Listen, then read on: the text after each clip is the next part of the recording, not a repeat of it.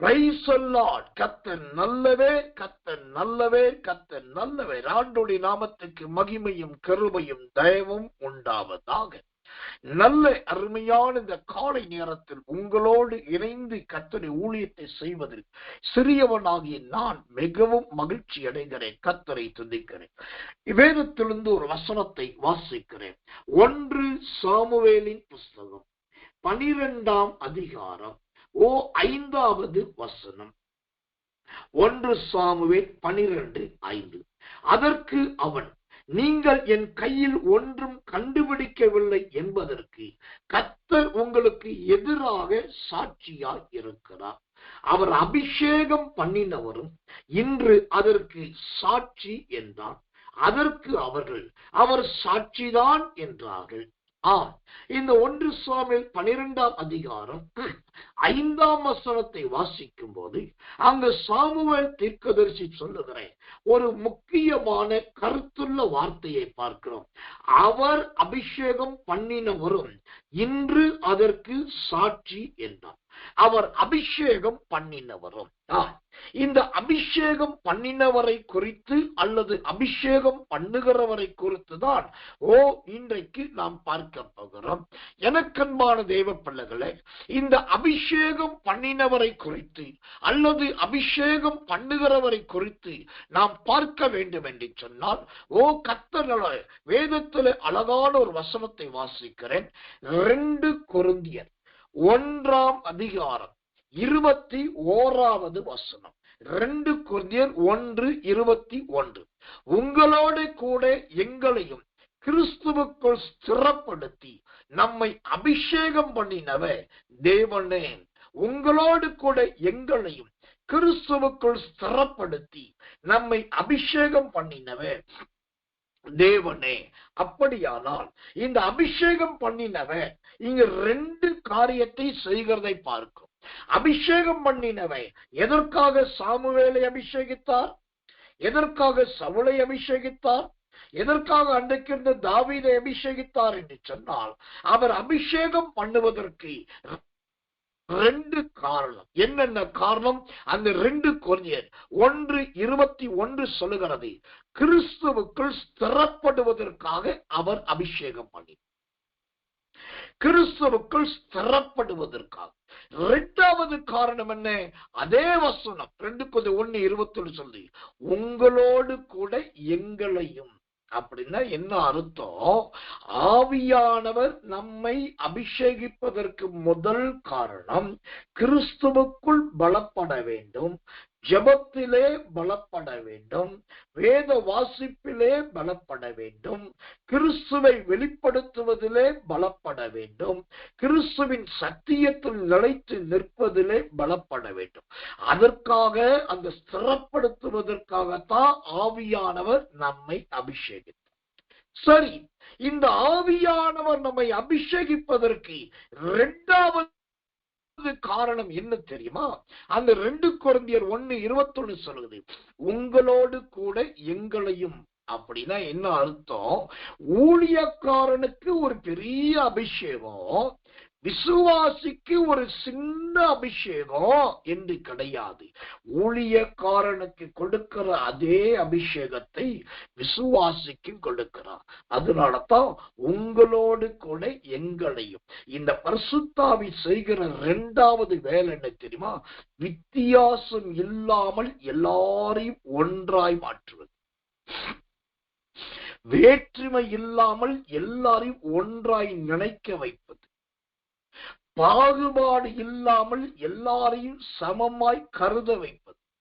தாழ்த்தப்பட்ட ஜாதி, அவர்கள் வீட்டுக்குள் வருவதற்கு தகுதி கிடையாது, உள்ள வந்தாலே அசுத்தம், உண்மைதான்.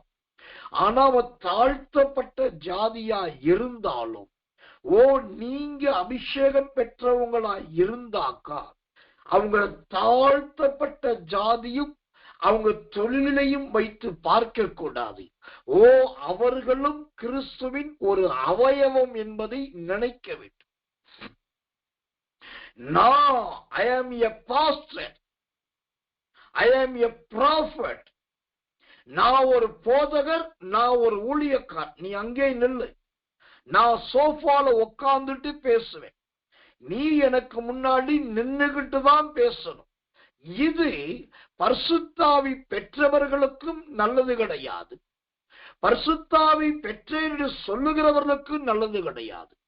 உங்களை போல எங்களையும் என்ற வசனம் சொல்லுது. அப்ப பரிசுத்த ஆவியானவன் அந்த 1 சாமுவேல் 12:5 ஆசீர்வதிக்கிறார்னா, கர்த்தர் நல்லவே எல்லாரையும் ஒன்றாய் பார்ப்பதற்காக. இங்க நீங்க 1 சாமுவேல் 12 படிச்சு பார்த்தீங்கன்னா, ஜனங்களும் சாமுவேலும் சாமுவேலும் ஜனங்களும் ஒருவரோடு ஒருவர் நெருங்கி இருக்கிறத பார்க்கலாம். நிறைய பேர் இந்த 1 சாமுவேல் 12 படிக்கிறதே கிடையாது. இப்படி ஒரு அதிகாரம் இருக்கிறது தெரியறதும் கிடையாது. அதை படிச்சாலும் அதுல என்ன இருக்க போகுது அப்படின்னு நினைச்சுக்கிட்டு விட்டுறாங்க. ஆனா இந்த 1 சாமுவேல் 12 ஒரு ஊழியக்காரனையும் ஒரு விசுவாசியையும் எந்த பாதையில நடத்துகிறது என்பதை தெளிவா சொல்லு. அப்ப அந்த 5ஆம் வசனம் என்ன சொல்லுது? அவர் அபிஷேகம் பண்ணினவரும் இன்று இதற்கு சாட்சி என்றான். அதற்கு அவர் சாட்சி தான் என்றார். யார் சாட்சி? அபிஷேகம் பண்ணினவர் ஆவியானவர். அப்ப நீங்க எப்படி வாழ்றீங்க, யாரை எப்படி பார்க்கறீங்க, எந்த ஜாதிக்காரனை, எந்த இனத்துக்காரனை, எந்த மொழிக்காரனை, எந்த மார்க்கத்தானை, யாரை எப்படி கவனிக்கிறீங்க, அதை பார்க்கறது நடத்துறது எப்படின்றதுக்கு ஆவியானவர் தான் சாட்சி. ஆவியானவர் தான் சாட்சின்றத சாமுவேலும் ஒத்துக்கிட்டாரு, ஜனங்களும் ஒத்துக்கிட்டாங்க. இப்போ இன்னைக்கு காலையில உங்களுக்கு முன்பா இந்த தேவ செய்தியை வைக்கிறேன். உங்களை குறித்து ஆவியானவர் சாட்சியா இருக்கிறாரா? உங்களுடைய நடக்க, உங்களுடைய சுபாவம், மற்றவங்களை கட்டிப்பிடிக்கிறது, மற்றவங்களோட உட்கார்ந்து சாப்பிடுறது, இன்னொருத்தவங்களோட பிரயாணம் பண்றது, எல்லாரோடு சேர்ந்து ஆராதிக்கிறது, ஊழியம் செய்யறது, எல்லாத்துலயும் ஒரு சமத்துவம் இருக்கிறதா? ஒரு வித்தியாசம் இல்லாத தன்மை இருக்குதா? எல்லாவற்றிலும் ஏற்றத்தாழ்வு இல்லாத ஒரு நிலைமை இருக்கிறதா என்பதை பாருங்க. இதுதான் இங்கு ஆவியானவர் செய்கிற வேலை. இந்த பரிசுத்தாவியான அபிஷேகம்னா நிறைய பேர் என்ன சொல்றாங்க, அந்நிய பாஷை அது ஒரு பரிசுத்தாவி, தீர்க்க தரிசனம் அது ஒரு பரிசுத்தாவி, வெளிப்பாடு வர்றது அது ஒரு பரிசுத்தாவி, முக பிரகாசமா இருந்தா அது ஒரு பரிசுத்தாவி. அதெல்லாம் இல்லைன்னு நான் சொல்லல, அதெல்லாம் அடுத்தது. அபிஷேகம் பண்ணினவருக்கு முன்பாக, அந்த ஆவியானவருக்கு முன்பாக நாம் முதலாவது சாட்சியா இருக்கணும். அந்த சாட்சி என்னன்னா, நீ உயர்ந்தவன் நான் தாழ்ந்தவன் இல்லை என்கிற சாட்சி. என்னைய கத்த நொறுக்கிட்டாரு, அடிச்சிட்டாரு, உடைச்சிட்டாருன்னு சொல்ற சாட்சி கிடையாது. நானும் உயிரோடு இருக்கிறேன், நீங்களும் உயிரோடு இருக்கிறீர்கள், அதுதான் சாட்சி. என்னையும் கர்த்தர் காத்து வருகிறார், உங்களையும் கர்த்தர் காத்து வருகிறார், அதுதான் சாட்சி. எனக்கு தயவு செய்கிற தேவன் உங்களுக்கும் தயவு செய்கிறார், அதுதான் சாட்சி. நீங்க நல்லா இருக்கிற மாதிரியே நானும் நல்லா இருக்கிறேன், அதுதான் சாட்சி. இப்படி இருதயத்துல எந்த குறைவையும் பார்க்காம, எந்த ஏற்ற தாழ்வையும் பார்க்காம, எப்போதும் ஒரு நிறைந்த மனமும் நிறைந்த இருதயமும் இருக்கிறவர்கள் தான் இந்த 1 சாமுவேல் 12 5வது வசனத்தின்படி சாட்சியா இருக்க முடியும். அவர்கள் பரிசுத்த ஆவியினாலே நல்ல ஸ்திரப்பட முடியும். இந்த 2 கொரிந்தியர் 1:12 2 கொரிந்தியர் 1:21 ஒன்று, இந்த அபிஷேகத்தின் ஆவியானவர் உங்களை ஸ்திரப்படுத்துவார். 2வது, இந்த அபிஷேகத்தின் ஆவியானவர் ஏற்றத்தாழ்வு இல்லாது, இனம் ஜனம் பொருள் வித்தியாசம் இல்லாது, அந்த சபை இந்த சபை மாறுபாடு இல்லாது, ஒரு நல்ல ஏற்ற இருதயத்தை, திறந்த மனதை ஆண்டவர் தருகிறவர். அதுதான் இந்த அபிஷேகம் பண்ணுகிறவருடைய அபிஷேகத்தின் பிரதான நோக்கம். கர்த்தர் நல்லவே, கர்த்தர் நல்லவே, கர்த்தர் நல்லவே. இந்த அபிஷேகம் பண்ணுகிறாரே, சத்திரம், அதை யாரோ ஒருவன் பெற்றுக் கொள்ளுகிறான். அல்லது யாரோ ஒருத்தி பெற்றுக் கொள்ளுகிறார். இந்த அபிஷேகத்தை பெற்றுக் கொள்றாங்க பாருங்க. அபிஷேகிக்கிறது ஆவியானவர், அபிஷேகத்தை கொடுக்கிறவர் ஆவியானவர். சரி, அபிஷேகிக்கிறவரும் அபிஷேகத்தை கொடுக்கிறவர் ஆவியானவர் தான். அதை பெற்றுக்கொள்றாங்கல்ல, அந்த சகோதரனுக்கு இதனால என்ன நன்மை? இந்த அபிஷேகத்தை பெற்றுக்கொள்றாங்கல்ல, அதனால இந்த சகோதரிக்கு என்ன நன்மை? பரிசுத்தாவினால் அபிஷேகம் பெற்றா மட்டும்தான் ஏதாவது நன்மை கிடைக்குமான்னு கேட்டா அதுக்கும் வேதத்தில் ஆதாரம் உண்டு. சங்கீதங்களின் புஸ்தகம் 28ஆம் சங்கீதம் 8வது வசனம். சங்கீதம் 28:8. கர்த்தர் அவர்களுடைய பலன், அவரே தாம் அபிஷேகம் பண்ணினவனுக்கு அரணான அடைக்கலமானவர். அவரே தாம் அபிஷேகம் பண்ணினவனுக்கு அரணான அடைக்கலமானவர். அல்லேலூயா. அவர் தாம் அபிஷேகம் பண்ணினவர் அப்படின்னா அவர் யாரை அவரே அபிஷேகித்தாரோ அவங்களுடைய பாதுகாப்பு அவரிடத்தில் இருக்கிறது. அவர்களுக்கு அவர்தான் பாதுகாப்பு, அவர்களுக்கு அவர்தான் அடைக்கலம். அடைக்கலம்னா என்ன? கங்காரு குட்டின்னு அர்த்தம். கங்காரு குட்டின்னு ஏன் சொல்றேன்? ஒரு கங்காரு அதன் குட்டியை எங்க வச்சிருக்கும்னா வயிற்றுக்கு கீழே அதுக்கு ஒரு பெரிய பை இருக்கு. கங்காரு குட்டி வெளியே போ துள்ளும், நல்லா குதிக்கும், மேயும், விளையாடும். எங்கேயாவது ஒரு சின்ன சத்தம் கட்டிச்சுன்னா இந்த கங்காரு குட்டிக்கு ஏதோ ஒண்ணு தெரியுதுனாக்கா நேரா தத்தி தத்தி தத்தி தத்தி ஓடிடும். ஓடி வரும்போது அந்த தாய் கங்காரு ஏஞ்சி நிமிந்து நின்றுக்கும். ஏஞ்சி நிமிந்து 2 குத்துக்கால வச்சு நிமிந்து நின்ன உடனே இந்த குட்டி கங்காரு என்ன செய்யும்? ஓடி போய் அம்மாவுடைய வயிற்றுக்கு கீழே இருக்க பையில தலைக்கீழால கவர்ந்துக்கும். தலைக்கீழால கவர்ந்தாக்கா தலை போய் உள்ள நுழையும். தலை உள்ள நுழைஞ்சி அப்புறம் காலெல்லாம் உள்ள இழுத்துக்கிட்டதுக்கு அப்புறம் அப்படியே அம்மாவுடைய வயிற்றுல இருந்து அப்படி நிமிந்தி தலையை மட்டும் வச்சு பார்க்கும். இப்ப அந்த கங்காரு குட்டிக்கு என்ன நினைப்பு? என்ன சத்தம் வரட்டும் பிரச்சனை இல்லை, யார் கல்லெறியட்டும் பரவாயில்ல, யார் எதையும் செஞ்சட்டும் பரவாயில்ல, எனக்கு நான் நல்ல அடைக்கலத்துல வந்துட்டேன்.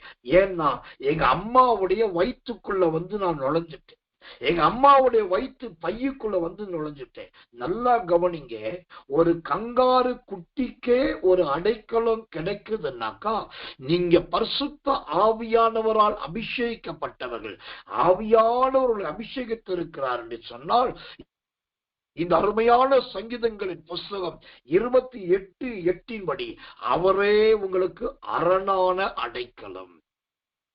இந்த பரிசுத்தாவின் அபிஷேகத்தை பெறுறதுனால முதலாவது நம்பர் 1 ஸ்திரப்படுகிறோம். 2வது நம்பர் 2 பாகுபாடுகள் எல்லாம் மாறுகிறது. 3வதாக நம்பர் 3 அவருடைய அரணான அடைக்கலத்துக்குள் நாம் நுழைந்து கொள்ளுகிறோம். அரணான அடைக்கலத்துக்குள் நான் நுழைந்து கொள்ளுகிறோம். கர்த்தர் நல்லவே, கர்த்தர் நல்லவே, கர்த்தர் நல்லவே. 4வதாக ஒரே ஒரு வார்த்தையை நான் சொல்லி முடிக்கிறேன். இந்த அபிஷேகம் பண்ணினவர்களுக்கு அல்லது அபிஷேகம் பெற்றவர்களுக்கு கிடைக்கிற 4வது தயை என்ன?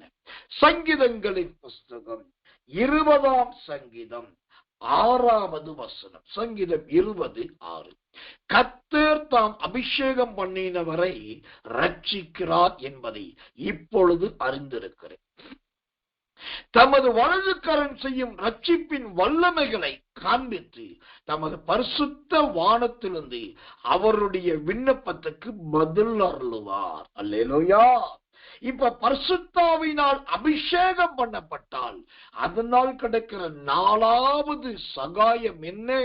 4வது தயை என்னன்னாக்கா அந்த வசனம் சொல்லுகிறது தமது பரிசுத்த வானத்திலிருந்து அவருடைய விண்ணப்பத்துக்கு பதில் அருளுவார்.